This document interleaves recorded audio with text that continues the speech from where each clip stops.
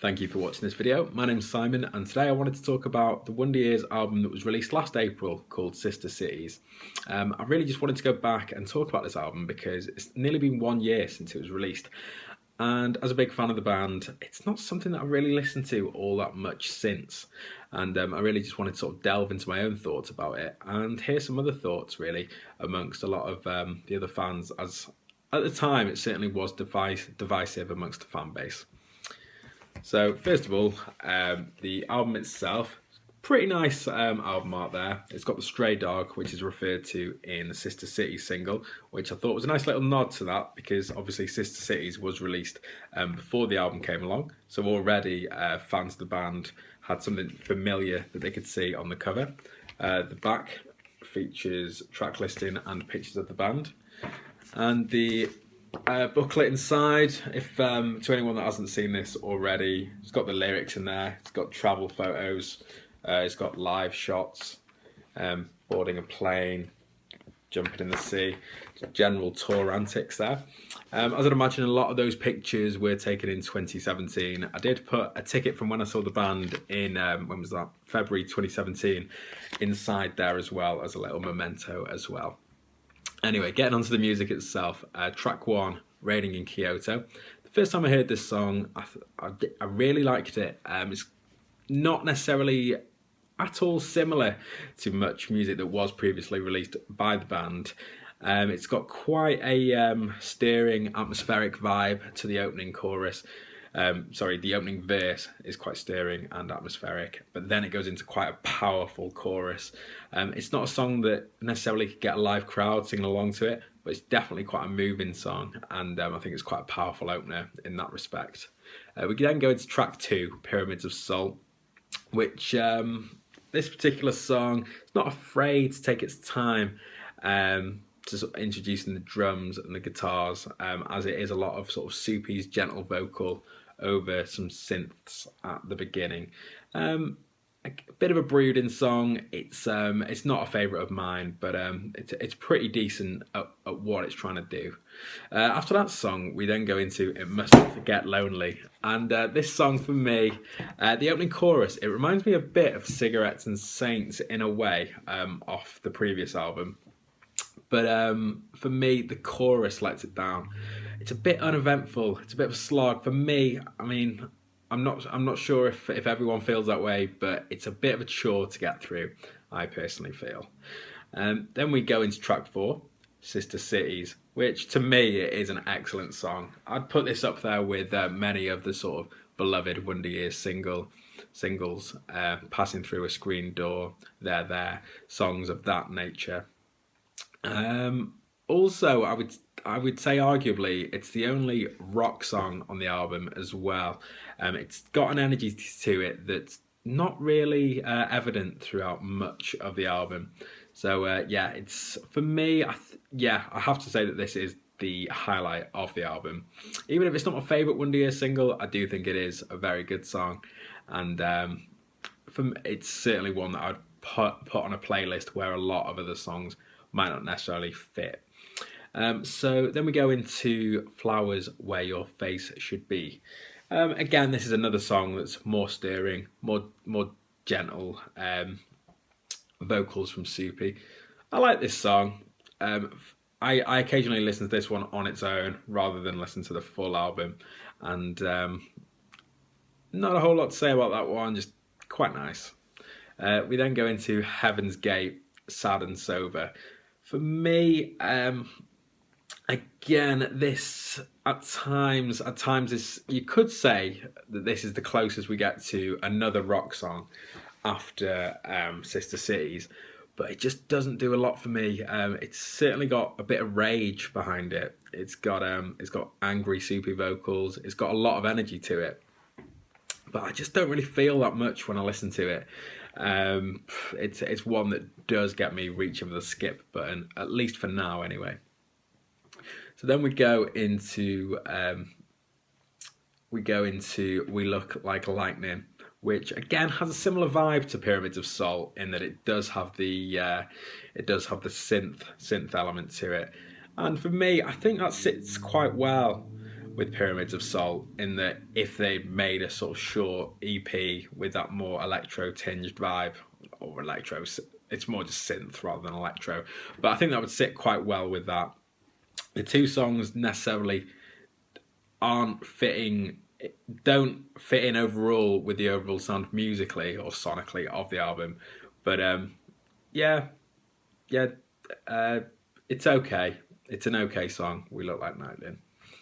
Then we go into the Ghosts of Right Now, which I hear the shouting, I hear the power. Oh, but it just doesn't connect for me all that much again. On the first listen, or the first few listens of the album, I was just sort of waiting again. I was waiting for them to grab me, to bring me in, like so many of their albums did before. Normally, I'd be well on board. Literally, I was on board with the last album straight away. The 2015 release, No Closer to Heaven. The intro, Cardinals, everything after it. I do struggle to fault that album, even though I do know and I am aware it is quite divisive amongst the fan base. And then when we then go into When the Blue Finally Came, which obviously that's quite a slow, gentle song. It sounds sad. Soupy again, he's got more of them sad vibes, but I feel like it's in a bit more of an endearing way, in that earlier in the album, I feel like even though I do respect Soupy's talents and sort of, yeah, just overall talent and his great voice, there's just something about it that's a bit more repelling to me in this album, and I don't have as much time for it. But in this song, I do really like it. The lyrical content of it as well. It feels quite earthy. When the blue finally came and swallowed up everything, it sort of just puts you in nature, and it's quite different to a lot of other Wonder Years material. And yeah, I've got to say I am a fan of that song. And then we go into The Orange Grove, which first of all, this song is actually quite dear to me, as I was listening to this when I was at work, and I got a call from my wife, and she told me that that she was pregnant with our first child. That baby still not here yet, but still got about 2 or 3 months to go, 12 weeks, and yeah, that song will always hold a place for me sentimentally. But it also helps that it's an excellent song. I'd put this up there with Sister Cities as maybe the 1B to the 1A of that album. Yeah, even if it's not the most positive song in the world, it does have a really sort of powerful quality to it. And to me, it just makes me feel quite hopeful at the end of it, even if it's not necessarily the jovial, happy vibes from previous material, like the Living Room song, which is all about having your friends around you and things like that. It's a lot more sort of ominous than that, but yeah, it just makes me feel good, and obviously holds a sentimental place for me. Yeah, so then we go into the last song on the album, which is The Ocean Grew Hands to Hold Me.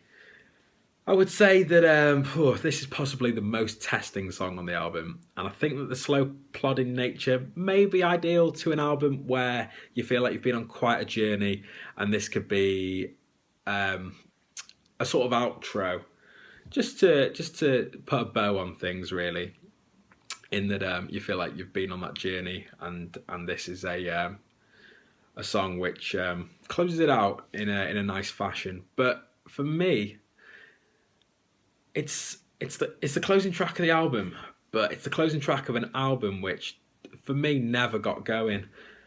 I remember the first time I listened to this, and we were on about track 6, track 7, track 8, and I'm thinking, where are the songs? Obviously, there's Sister Cities, and I do quite like Raining in Kyoto, and there's moments here and there that I did like the sound of, but I was waiting to, and this is on me, I was waiting to be overwhelmed by the album in a good way, as has happened with me when The Greatest Generation was released, when No Closer to Heaven was released, when I went back and listened to the 2011 and 2010 albums as well.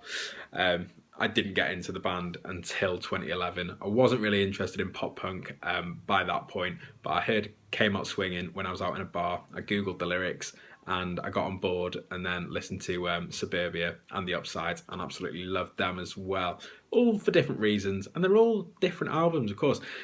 Again, this album, it just goes into this different territory that's atmospheric, and I respect their craftsmanship, the chance to take a risk, but it just hasn't stuck with me.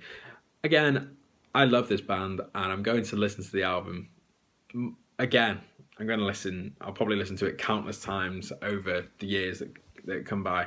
Obviously, I've mentioned how I do have a lot of time for certain songs on the album, but yeah, more than anything, I just wanted to sort of get a general gauge of where other people sit with this album now.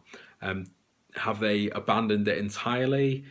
Do they just listen to a handful of songs, or do they absolutely love it? Because I have not really encountered all that much overwhelming positive feedback for it from what I'm aware of, but I would certainly like to hear it, and I would like to hear some different opinions, or maybe even approach it listening out for different things.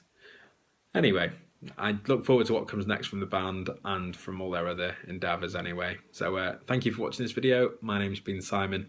If you like this video, I've got some other ones on my YouTube channel where I speak about Desaparecidos, Conor Oberst's band, and their album from 2002 called Read Music, Speak Spanish, and another music where I delve in a bit about why I think Machina by Smashing Pumpkins may be their definitive album.